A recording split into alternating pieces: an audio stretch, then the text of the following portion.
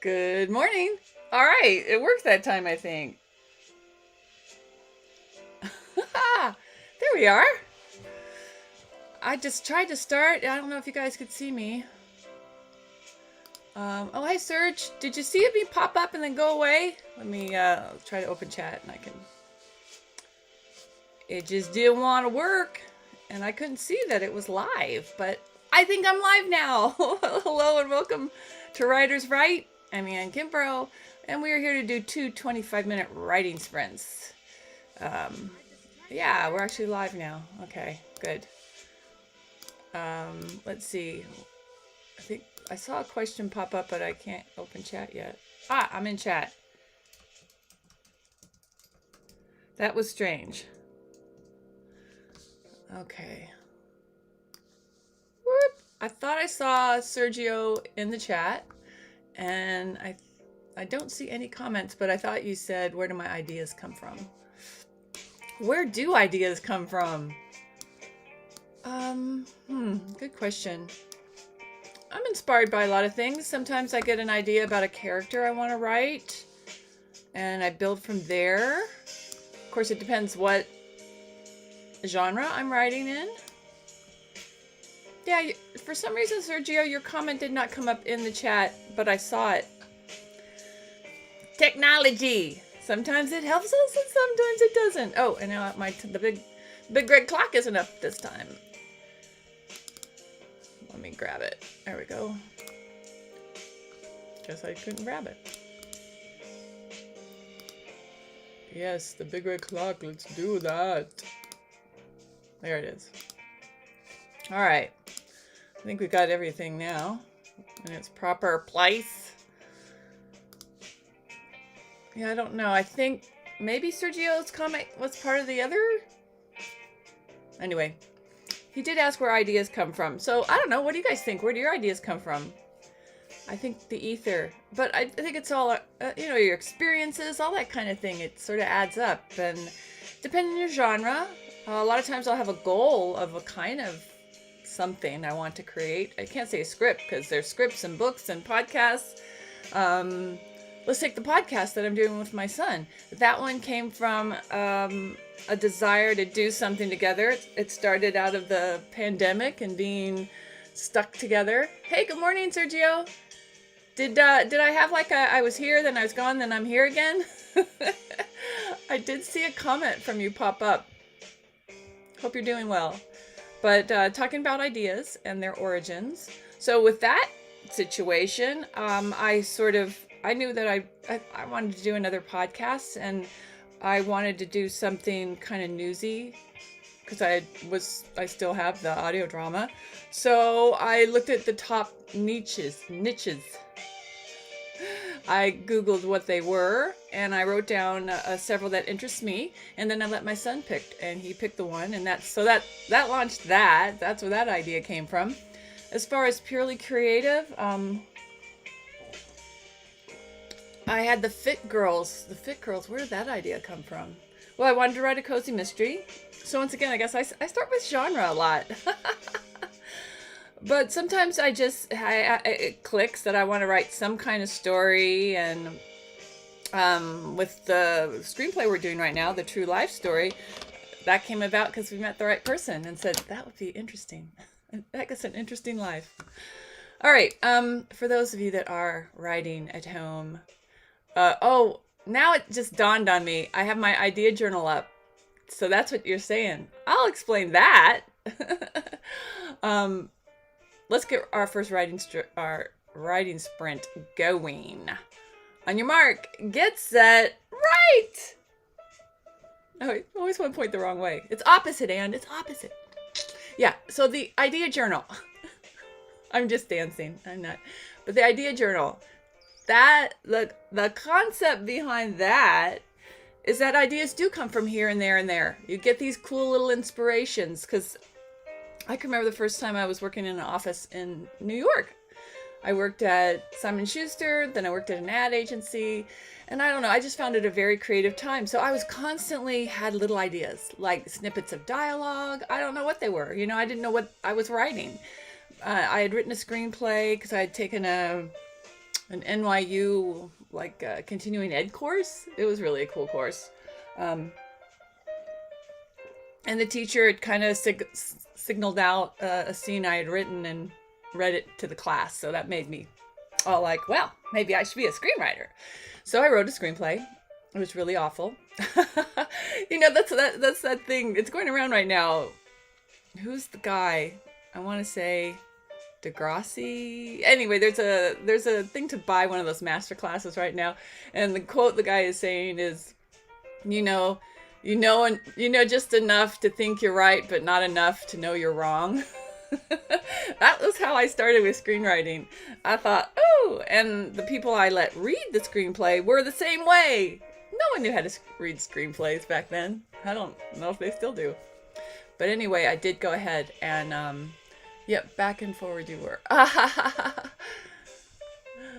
Yoda would say, funny. Yeah, I don't know what happened. The whole thing wouldn't work. I looked like I was on, but I couldn't see anything and wouldn't let me get in a chat. So, and I couldn't see it. It didn't come up on my YouTube feed. So we restarted. I'll probably have to go in and delete something, that means. But anyway, that's where I got the idea for the idea journal, was that you get these little snippets of ideas. And I thought, instead of like what I did, I would have little pieces of paper. I'd come home at the end of the day, pull them out of my pockets and go, what does that mean? I don't know. So then I'd lose them. Maybe a few would hang around. So I thought, put your ideas in a journal, just write them on each page. And then maybe later on, after when you're really sort of searching for ideas, there are ways to farm ideas, and I have used all those at different times to try to come up with high concept movie ideas, and that's a totally different thing. This is to a place to collect your own ideas. And then later on down the road, we're like, oh, I need a new idea, and you can just go through your own book and realize, oh, the idea on page 2 go really good with the idea on page 22, and you can connect them. That was that synergy I was looking for. Let's see. I keep seeing stuff pop up. I don't know. My feed is behind or something. Like I can see over here when the comments come up, but they don't come up in my actual box at the same time. So I don't know if one's early or late. But did it answer your question, Serge? I don't know. I don't think you're here anymore. I don't know what's going on with the feed today. So I might as well write. I'm kind of in an in-between stage. Oh, thanks, Sergio. There you are. I know you're doing other things. This hits you at a time where you're it's getting close to lunch, but I know you're working. How's work? And we send out well wishes to all our other buds that can't be here at the moment. Andrew, how's the marriage? You should still be on your honeymoon, having a blast, and we wish you well. And Allie, how are you doing? I know that there's some of our regulars can't be regulars right now, and that's okay. I hope you catch us later and all is well in your world. And for anyone that watches this after the fact, which most people do, I hope you're doing good and you're getting some writing done. So I'm in between projects in the moment. I actually need to get back into the screenplay. I've done my part and it's off to my writing partner to do his part. That's how we work. And until we have to discuss. Yeah, but I do need I can write ahead. So I might look at, we're at the midpoint. So obviously my next goal is the second act turning point. When I write as a screenplay, that's what I like to do. I like to figure out, okay, where am I going? That's a point I gotta hit. I also, at this far into the script, I don't want to keep saying point, I do also look at, the climax scene, because the second act turning point and the climax do have to work together. You have no schedule. So you go when you want to go? I like that job. Do you just have to clock in for a certain amount of hours? My son just got a job like that. He doesn't go when he wants to go, but he only goes on Friday. He goes on Friday and he's got it's a full-time job. Doesn't sound right, does it? But I mean, it's like it's a salary job, very nice salary job, with benefits, and he only goes Fridays. He's on call if they need other things, but if he comes in any other days, they have to pay him extra. I'm like, kid, that's a great deal. How did that happen? Oh, I wanted to talk about Kindle Vella. Remind me. I'll make a note, so I'll talk about it at the break. I'll talk about it. Yeah. What was it? Something like that. Vella. I made a note. I'll probably look down and go, what does that note mean? See, that's why you need that idea journal. So I need that for my whole life. I need a life idea journal for life. This one's for screenwriters. I was so clever. I came up with the idea of these journals. And clever is in air quotes. But, you know, so I just did different covers with some kind of light bulb. And so they all look almost the same. And then it's for screenwriters, for nonfiction writers, for fiction writers. So now I need one for life to keep your life together. Gosh, I do need that journal. All right. Yeah, wherever I made these quite a few years ago. So wherever that layout is, I don't think I could dredge it up. I did finish publishing my coloring book, right? I got the proof in. And I had something on the back cover I had to fix, and two of the coloring pages weren't as good as I wanted them to be. So I redid those. It's really kind of a unique book. We'll see what people think of it.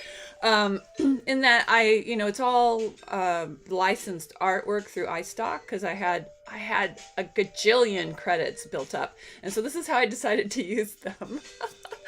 So, and I really like the artwork, but it's a huge variety of art. So I don't know if people would like that. I would personally like that in a coloring book, that one page is really simple and one's medium and one's hard. So there's that. I'm not sure what colorers, is that what they're called? Colorers, if you're color and coloring books, would think. But I like the idea that if you wanted to, you could you could have fun with it. I can show it to you. Let me grab it. Scoot, scoot.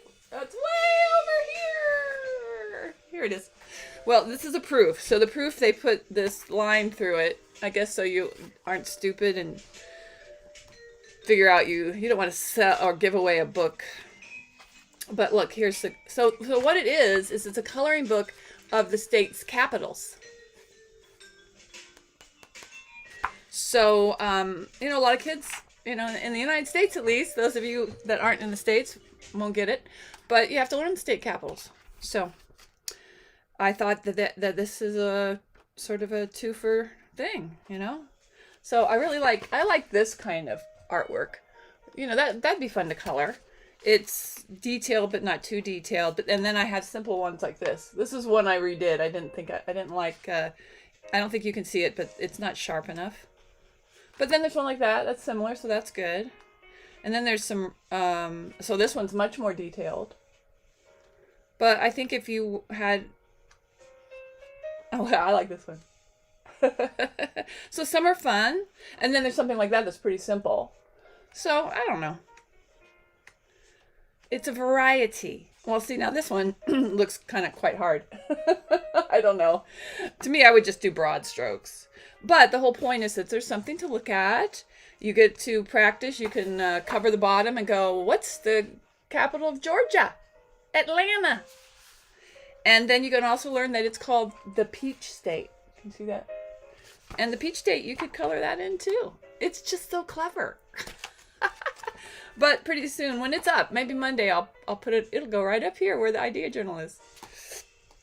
But, ooh, I made it. I did a little frisbee action. Yeah, I was happy to get that done because it didn't take long. And girls got to make some books. I've got one too I'm going to do that's called, oh, you want to talk about Vella now? Let's talk about Vella. I could talk about Vella a lot. All right. I might as well talk to you now. And by the way, hello. Are you Yes Books or just YS Books? That's a good. I like it because it makes me say Yes Books, and I say Yes Books. Yeah. So Kindle Vella. I just I was on the whole KDP site recently doing the coloring book, and I just thought I'd pop over and see how my Kindle Vella was doing because I haven't done anything with it. So when they launched, I have 9 episodes, which are basically chapters, up and ready. So they get to read the first 3 for free, and then after that they have to purchase tokens, and there's 9 to read. I thought that was not bad. I did a push on social media. I think I paid like $5 because I had a credit. So technically it would have been $25. I paid to boost one of my posts about my Kindle Vella book, which reached quite a few people. It reached over 1,000 people. I don't know if 1,000 of those people went and did anything because I felt like what I was doing was just promoting Kindle Vella more than my book. But it did have a link that took you to my book, which that's really the only way you'd find my book. If you had a link, it's so hard to find a book on Vella. But anyway, I digress. So I did all that, and I had reads, and I had 3 people were nice enough to leave reviews, which I didn't, until someone left a review, I really didn't know you could leave a review. I guess, why not? That's an Amazon thing. So I was like, oh, well, I did this. I honestly didn't feel like there's any way I would make any royalties, and I still don't think I would. My thing was, unless you had a huge, unless you had a huge following, you have to get people that are going to buy tokens and then spend them on your book. And all I was able to generate were people that were reading my book, which was good. What's great about this new dashboard they have, you can really track how people are reading. So I was getting people that would read the first 3 because they are free. So they would read the first 3, and then you could also get 200 free tokens. And so then people were using those to read the rest. So if you're only sending people there and they can read pretty much everything for free, if you're the only one they're reading, because if they just use all their tokens on you, then you're never going to make any money, right? Because no one's paying for the tokens at this point. Like all the people who have read my book, it is book, although it's chapters. So episodes. So all the people that have read my chapters, they've only read it for free. They've either read the free stuff or gotten the free tokens. Maybe a few people paid for tokens, but who knows? Anyway, I see no royalty at all on anything. There's no royalty. I haven't earned any royalty, and I actually don't expect to. And, I paid technically $25 to promote the book. And I don't have any way to say what I could actually generate. But I got a huge, happy surprise. Well, actually, I got an email, which made me go check, that Kindle Vella gave a launch bonus to me. I don't know if they did it to everybody, but they gave I got a launch bonus of, I wrote it down, $72.60. I made money. I'm in the black when it comes to my Kindle Vella experiment. Yeah, that encourages me. It sort of makes me want to do another episode. I have another episode in the works. I just haven't finished writing it. But there you go.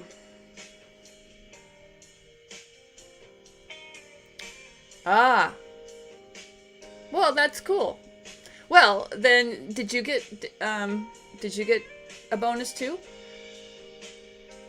Well, if the 7260 was part of the bonus, if that bonus that I received was because of what I generated, then that's cool.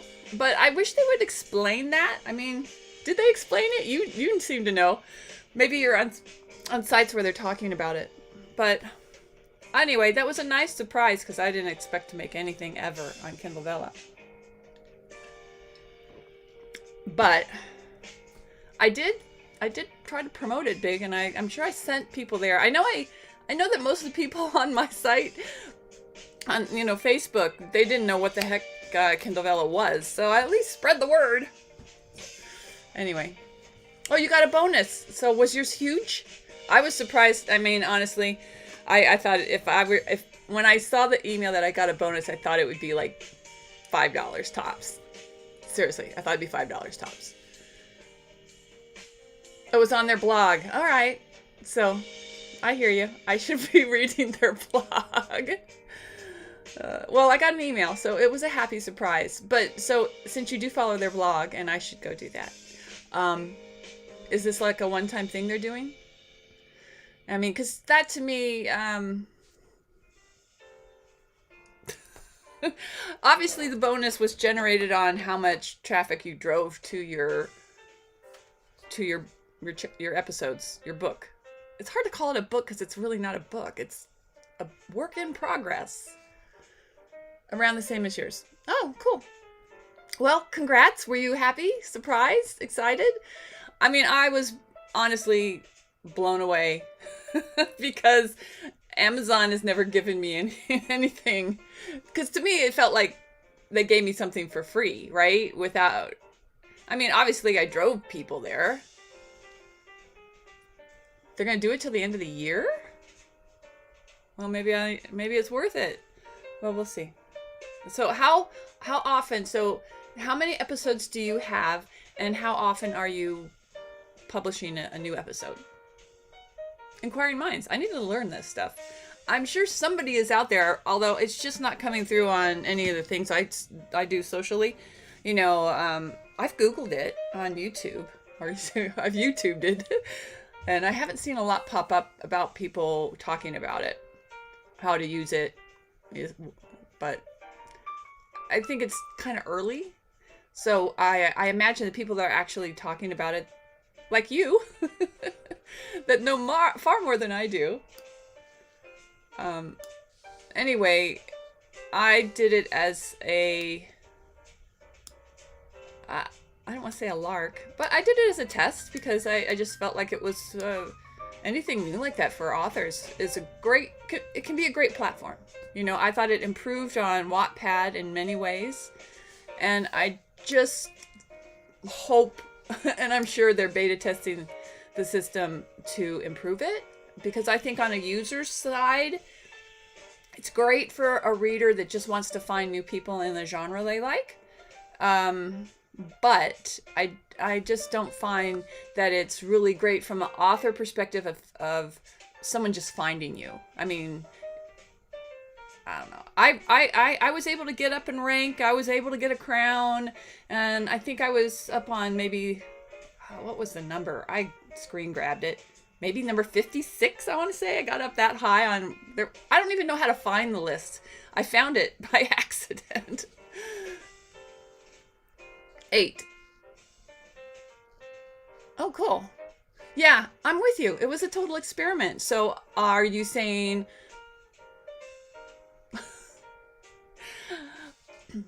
My bottom line for it is that you got to know why you're doing it. Oh, nonfiction. So maybe that is the... Well, I think nonfiction a lot of times does do better. So maybe the nonfiction is easier to find. But, well, I'm happy if you found how it works for you. Because I think any open door for authors where we can publish something for free is actually, you know, all you're really putting into it is your time. Did you buy any ads? Did you promote your stuff? Good. Thumbs up. Yay. All right. I know links don't work here, but if you want to drive some of the people that tune in here to your Kindle Vella, please put it in the chat, and they can copy and paste. Let's see. What Serge?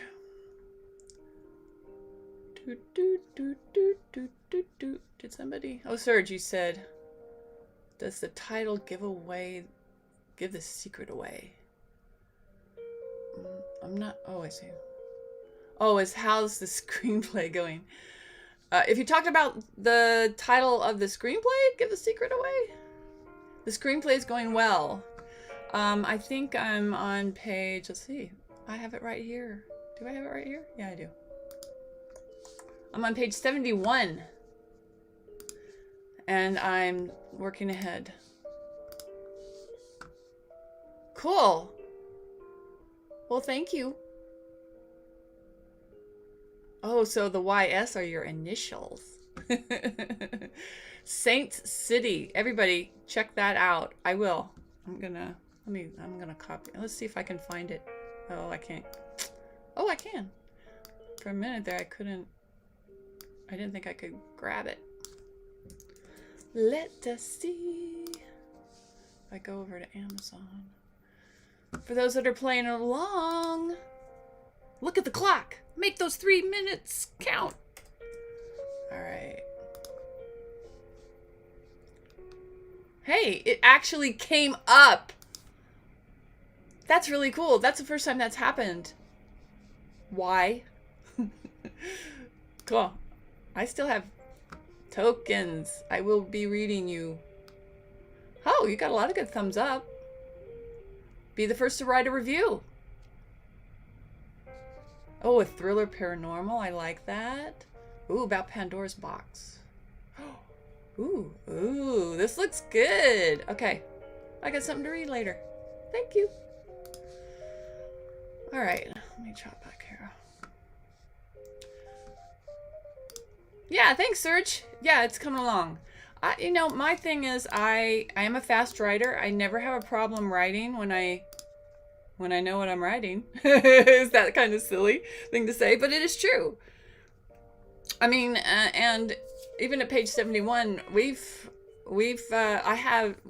were a lot of, there weren't a lot. There were like 2 flashback scenes, which they went out. I mean, I feel like as a writer, sometimes, especially with screenplays, you write stuff because it seems like a good part of the story. And for us, by the time we got to the midpoint of the story, actually, by the time I got to the first act turning point, I really realized what the sub-story was. When we first went out to pitch this idea, which we did, because we have incredibly talented people we know who are very successful in the industry. And we've pitched to them over the years, so we've gotten to a point that they trust us. They know we have good ideas. They know we can write. And they're like, well, come to us early in your process. Don't, you know, they wanted to like get in on the ground level, maybe if we had some great idea. So we took this idea out and did pitch it to only a couple people. I mean, you gotta be careful when it's just an idea. But we had secured the life rights, so that was good. But what it turned out is that everybody said the same thing, which was, well, what's the story inside the story? Which was confusing. I think in Hollywood and probably everywhere, people have like a nice way to say no without saying no. So I know for a fact that nobody wants to tell you no in Hollywood, because you could turn around and make a huge success out of whatever you pitch them. So they don't want to piss you off, for lack of a better word. So that's like, I felt like that's what we got. That because, I mean, we pitched the story, so it's pretty clear what the story inside the story would have been. But we didn't have we were just new with the story. We were still interviewing the subject, so we really didn't have any other way to explain what the story was about, right? You know.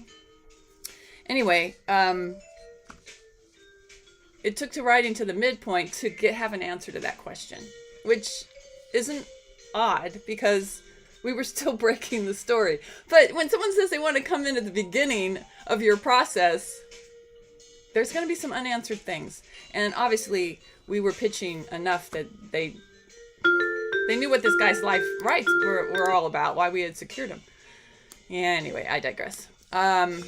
The point is, we did finally scraps all those flashback scenes, all those 2. But we had more in the works, you know. Ooh, it's time for coffee. Yeah, I decided to be good again. And not like OD on coffee. See, here's this Tim Hortons. If you can get this in your area, I highly recommend it. It's really good. But yeah, so I'm not I'm not having, I was getting up to 2 coffees a day again. I mean, and then that just gets worse, right? 1 coffee a day is all. Well, it's really 1 creamer a day. I drink so much creamer. Yeah, I didn't need that.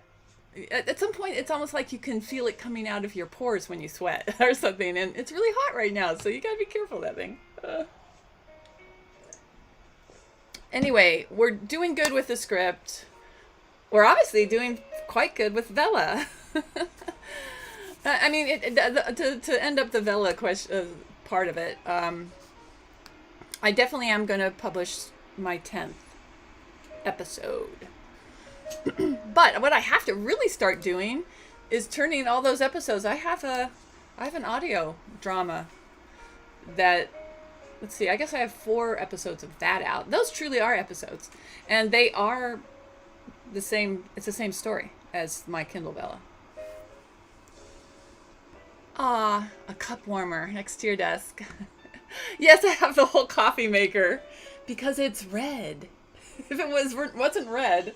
No, yeah, I that sort of sparked my red theme. I don't know how that happened.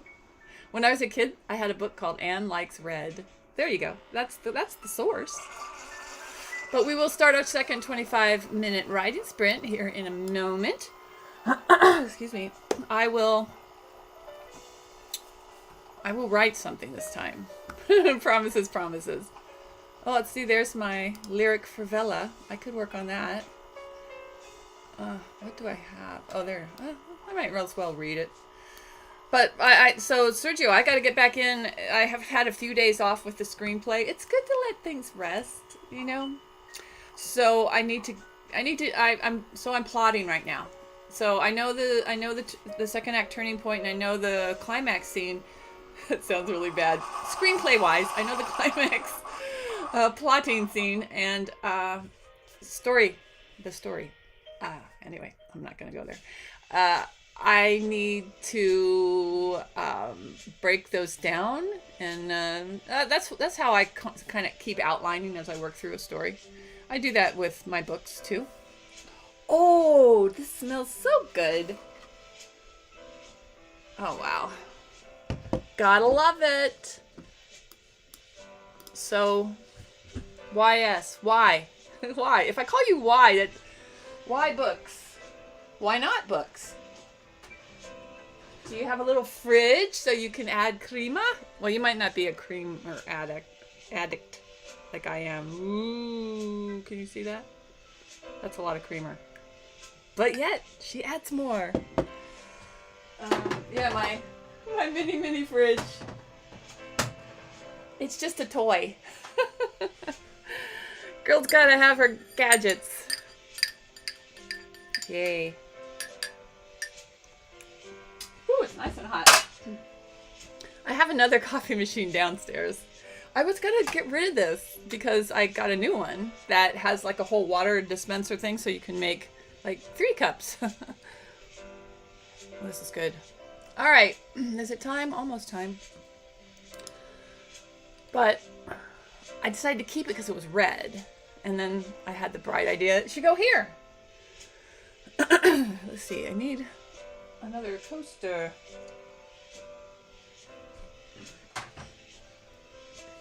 I'm just going to move everything in the right place.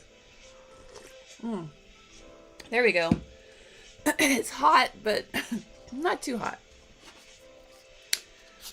Yeah, so I need to do some plotting later today. I got to move forward. I got to start writing the big scenes. All right. Who's ready to write again? Let's do our second 25-minute writing sprint of the day. On your mark, get set, write. Ding, ding, ding. I should plot. I got to read through some notes too, with our subject. But what I like to do with the screenplay at this point, here I am at the midpoint. It's a whole midpoint sequence, by the way, that started on page 60 and it ends on, I should say it ends on page 70 because actually 71, it's just like one line goes over into 71, but it counts. It counts. Yvette, do you go hard on the Y or is it more an E sound? Yvette. Yvette. Yvette. I feel like it's softer. But thanks for popping in. I really appreciate you coming here and giving me some ideas about Kindle Vella. You've actually encouraged me to re-engage, continue the experiment. Now that I've got to find is it just the Kindle blog? Or do they have a Kindle Vella blog? The problem with stuff like that is it just takes time to find. And if you don't have nice people like you that tell you about it, my time is, it's the E. Yvette. Thank you. Mine's Anne with a... There is so I've always had a simple first name, but my last name has always been difficult. And I was like, whatever. And with Anne, I've had people that blend my first and last name together. Like when I introduced myself when I was a kid, well, young adult, I found that I was saying it too fast. So it sounded like this really long, unique name. And you get looks. So I used to have to pause between Anne. I'd be like, Anne, and then my last name. Yeah. I've never had that happen when I got my married name. And of course, I've never had it happen with Kimbro, because that's my professional name. I have so many names. It's a fun thing. Yvette.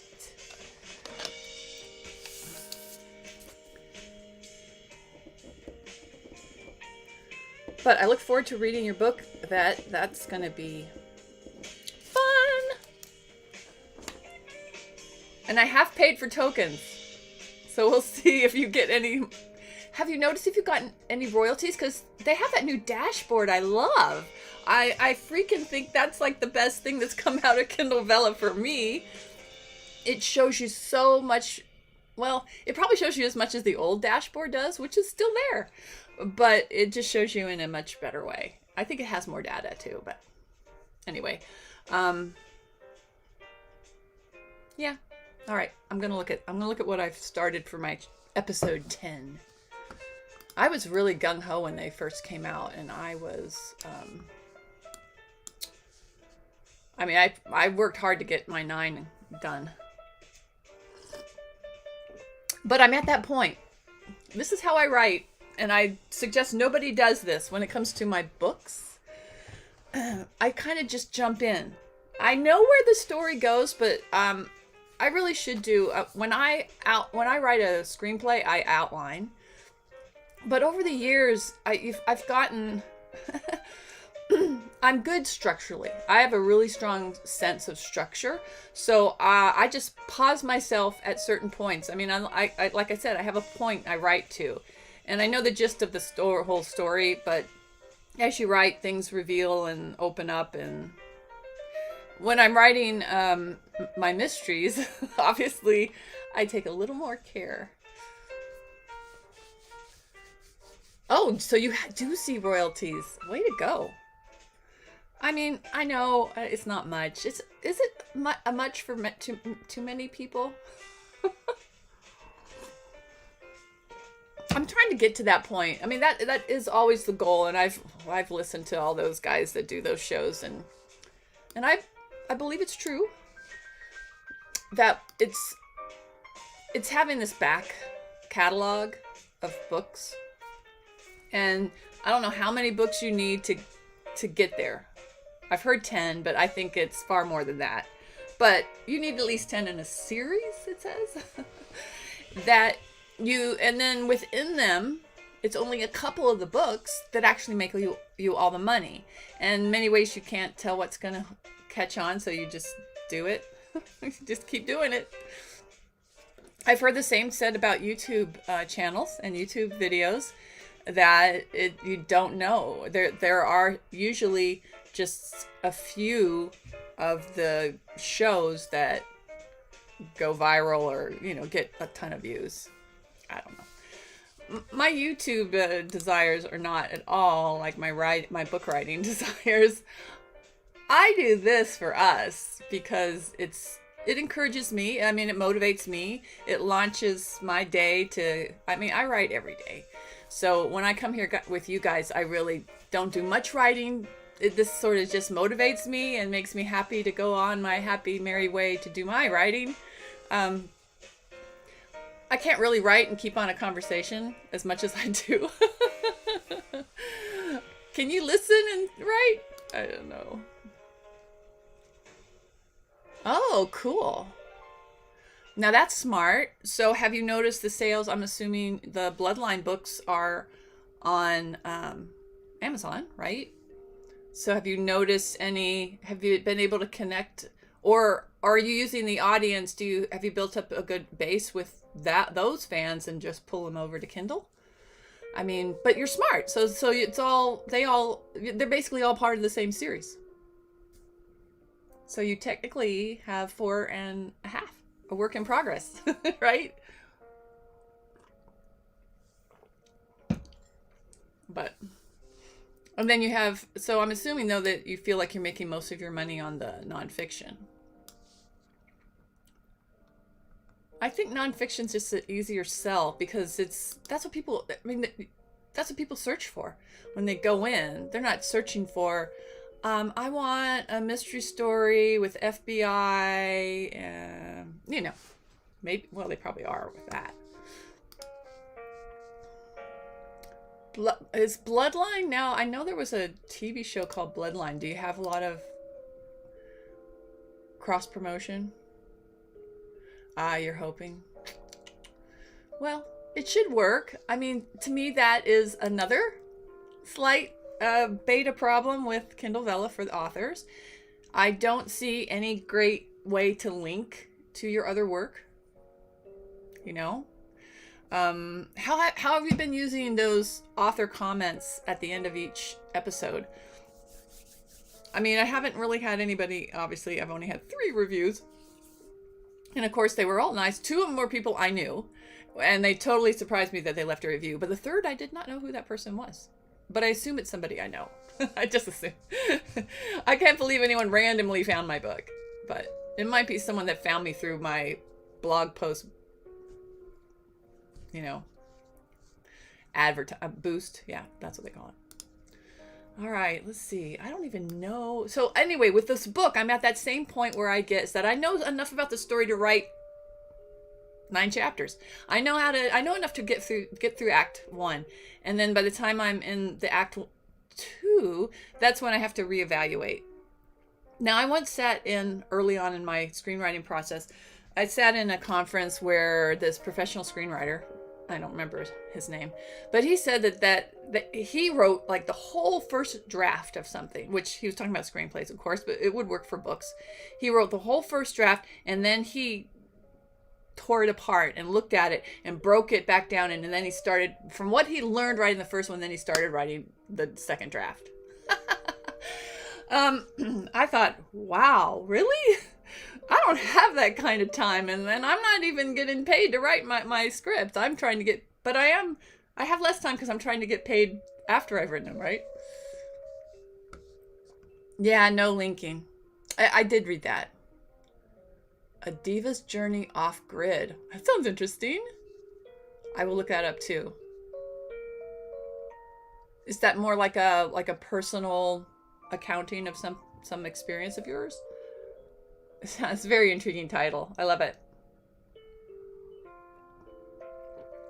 Yeah, I agree. I have no way to connect what I wrote to any of my books.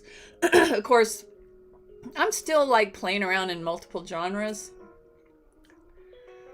I don't know. Like I do these journal books here. And I have some coloring books. They're so those are just like some people are artists and they doodle. I create books like this. I can't point right. Because it's like way over here. I'm pointing at nothing. You know that. And of course I'm looking at it and it's on the opposite side. That's why my brain can't catch up. But sorry. But that's why I do these. I remembered. It's because it's like doodling. It's fun to do. And it's a nice break from writing and plotting as I go. Your true story. Oh, cool. I will check that out too. Let me. Yeah, I like all books and stories. Let's see. I've got to put this somewhere because I don't think I don't want to lose the other one. Excuse me. It's the creamer. Cool. I will check that one out too. A Diva's Journey Off Grid. That appeals to me on several levels.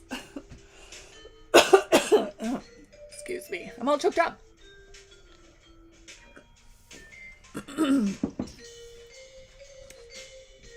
Those fires, I don't know where you guys are well, I know where some of you are in the world. We still have some fires that are going on in California that are affecting our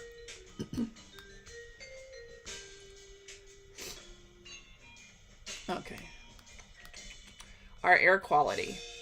Yeah, so lately I've had to go swimming at some outdoor pools.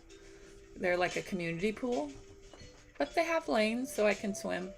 But like I'm supposed to go today and I'm not going to because I went Wednesday and Wednesday it was so windy. You'd think you're in the water, it wouldn't matter, but it's also, I usually swim indoors, so it's full sun, so I don't want to get a ton of sun on me. So I wear a hat, not this one, but I wear a hat like this with a ponytail, so it's very secure, and I swim.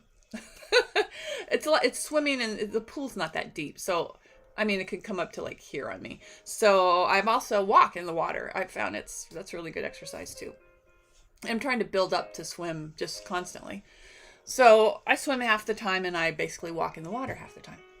And when I was swimming, I decided I would just swim in the way where my hat will protect my face from the sun. And it was so windy, it blew my hat totally like off my head, but of course I didn't go anywhere because I had my ponytail through it. It just cracked me up. I mean, if you imagine I always imagine the lifeguards, because there's like 2 lifeguards. It's not that big of a pool, and I was laughing, so I assumed they were laughing. I assume they're kind of laughing anyway when they're like, "Oh look," but I mean, it's a bunch of older people in the pool anyway. But sometimes there are people that come that actually are swimmers. But I have felt that the air quality is not that great right now out there, so it affects your sinuses, at least for me. So I wasn't going to go today, which means I have to do something at the house, exercise-y wise. Bummer. Okay, 11 minutes to go. I'm going to make it count by reading something.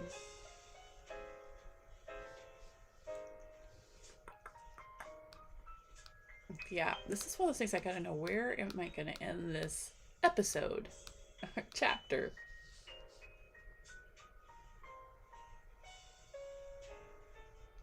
Oh yeah, this is a good chapter. I just realized where it's going. Do you guys ever do that? Often I do, where I'll part of that conversation about outlining. I think it's really important to outline your chapters, or at least take a moment. I mean, my goal is to write as the best I can, the fastest I can. It's always been my goal. And I once did a experiment where I wanted to see if I could write a whole screenplay in a week. And I did, and the goal was to just write it and not judge it, but to actually write a full screenplay. And I will say that the second act and the third act were pretty weak, but it was there. It was definitely, they call it a vomit script.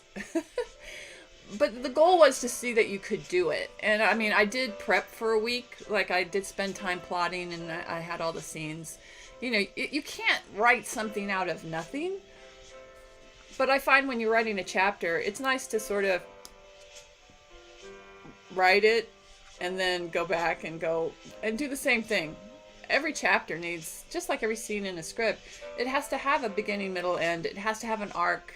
That's what I'm doing with my hand. It has to have that arc. It's good to plot within that short amount of space. For lack of a better terminology, a mini movie. My friend Chris Soth is a very, very talented teacher, guru of screenwriting. And that was the term he phrased, mini movie. And I think it totally applies to writing a book as well, fiction. And even nonfiction. I mean, anything where you're telling a story has to have that storytelling format to really pull in a reader and to be successful as a material. All those tricks to keep people reading that they even employ with, ad copy work in fiction and nonfiction literature. So I would say that it makes a lot of sense to take something that's smaller, because then you can hold it all in your head and you can go, this is where I'm starting, this is where I'm going, this is how the character starts out, this is where he needs to end up, or she, and this is the journey, this is the high point, and then and a lot of times I think an easier way to plot it is it's sort of the hope fear of a scene. So if you have to have a goal. You have to say, in this chapter, my main character is going to discover they're related to a vampire or whatever it is. And how would that arc go? What would be the emotions? What's the hope fear of that character? That's a great way to outline any story, is the hope fear of, because it's always supposed to be shifting. You guys know this, right? Anyway, I think of all those things. I believe in setups, reveals. Obviously, I believe in the big setups that you need in Act 1. And those, many people feel all your setups are going to be in Act 1. But I feel like the big setups are in Act 1. And then you need to dole them out where the reveals are. And then the setups can have setups. It just depends how clever we are. But that's what I got to do with this.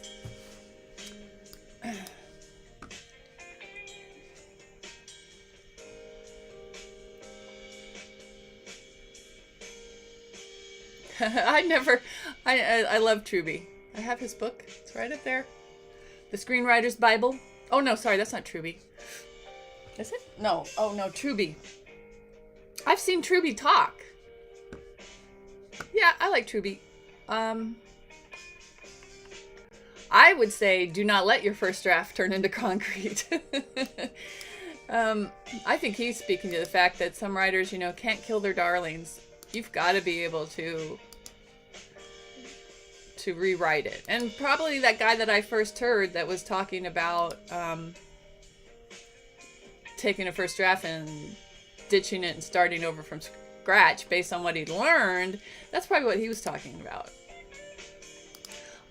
I just always feel like somebody once said that the first idea you get about a topic is going to be what almost everybody will get, or at least like a huge percentage of people will get that same kind of idea and pick that same kind of direction, make those same choices, so that as a unique, trying to be a unique writer, you need to think, what's the second option?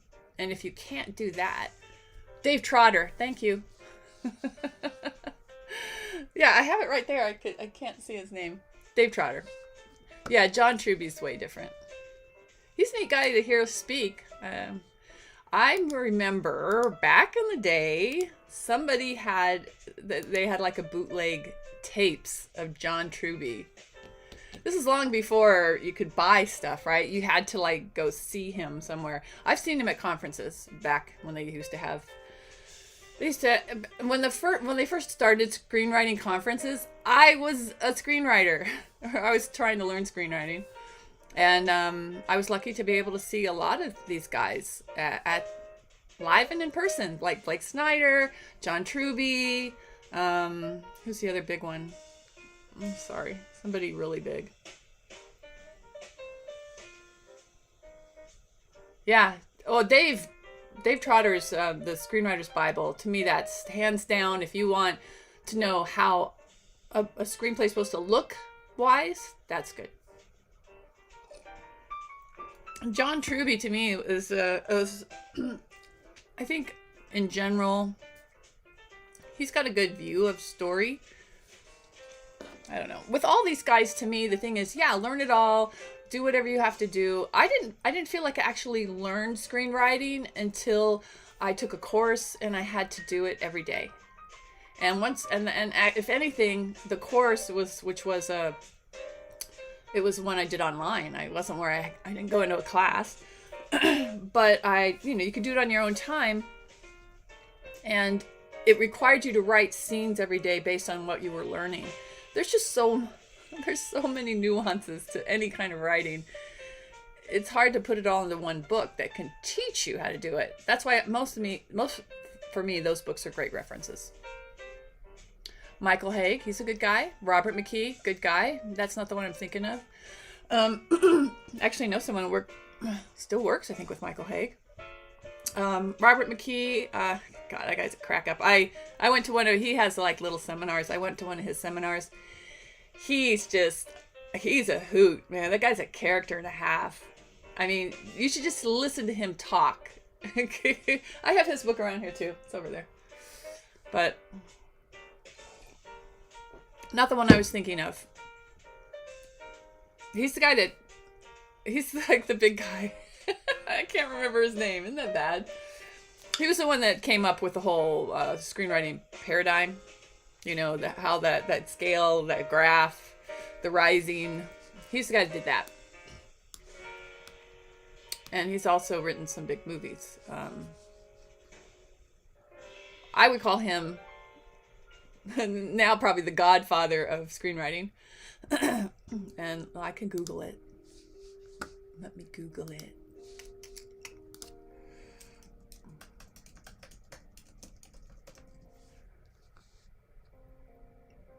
Sid Field. That's who it is. Sid Field. Yeah. Yeah, The Foundations of Screenwriting is a big book. Truby. Oh yeah, Truby has that whole list of scenes. It's like Joseph Campbell. I put Truby and Joseph Campbell sort of over here. Joseph Campbell never worked for me. Hate to say that, but I think I was too far along in the process. Lou Hunter.